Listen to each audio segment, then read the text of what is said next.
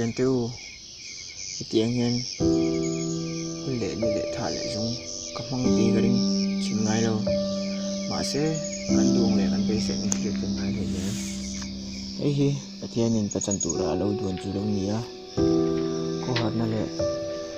bằng anh hi cái tan chuối chuyện thật rất là ta chuyện tiêu năng nên nè na chúng ta có cái nôm hậu lại tất cả ngày tuổi trang nhân nhưng mà lên cái ngày em chuyện chưa ama chuyện bớt bớt lại mình của bớt bớt lại tất cả cái ngày thế em chuyện à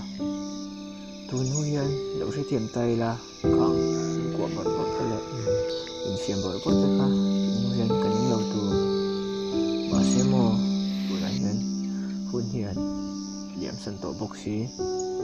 cái ngày chưa hiền à công lệ tất cả cảกันเชียมทุกโทษนะคะมีผู้เรียนแต่กระจากะกันในคนแรกกันเราทิ้งเชียวเราเลยชวนทัดตัวมาเสียคุณได้เลี้ยงปุ๋ยโตบกสีนะเลี้ยงตัวเชื่อตัวที่นักประดิษฐ์ในสันติในเฮือนว่านี่กันเทียกันเทียลุงเล่นนั่นเองก็คุณสุขภาพดีนะเฮ้ยข้อระตาเฮ้ยข้อระนาตาเฮ้ยกระชุ่มกันเลย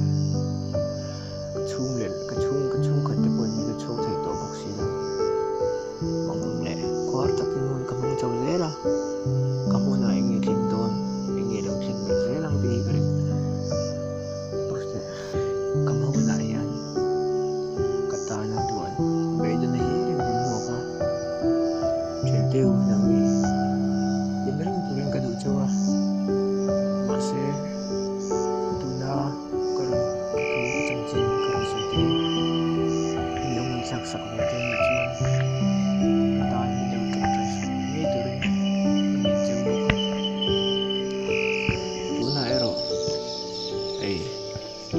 bây giờ nên mình xin hãy tặng em vắng hiền cái ta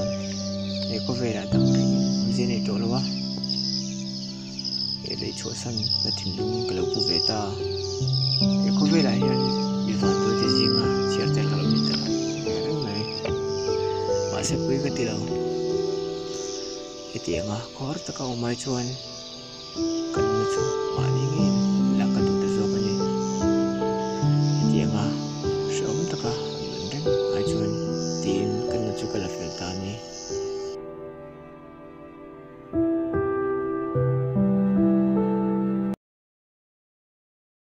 ช่วยกันตีคนไม่ได้เม่งผมดิเอ็นเตะโม่คิดประคัดคู่กันไม่ได้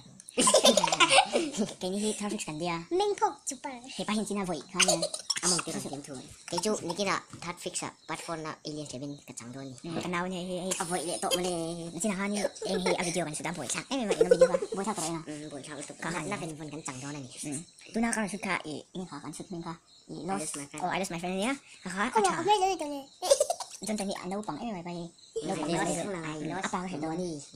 my friend กันเราถูกตกเรื่องบายเลยบาย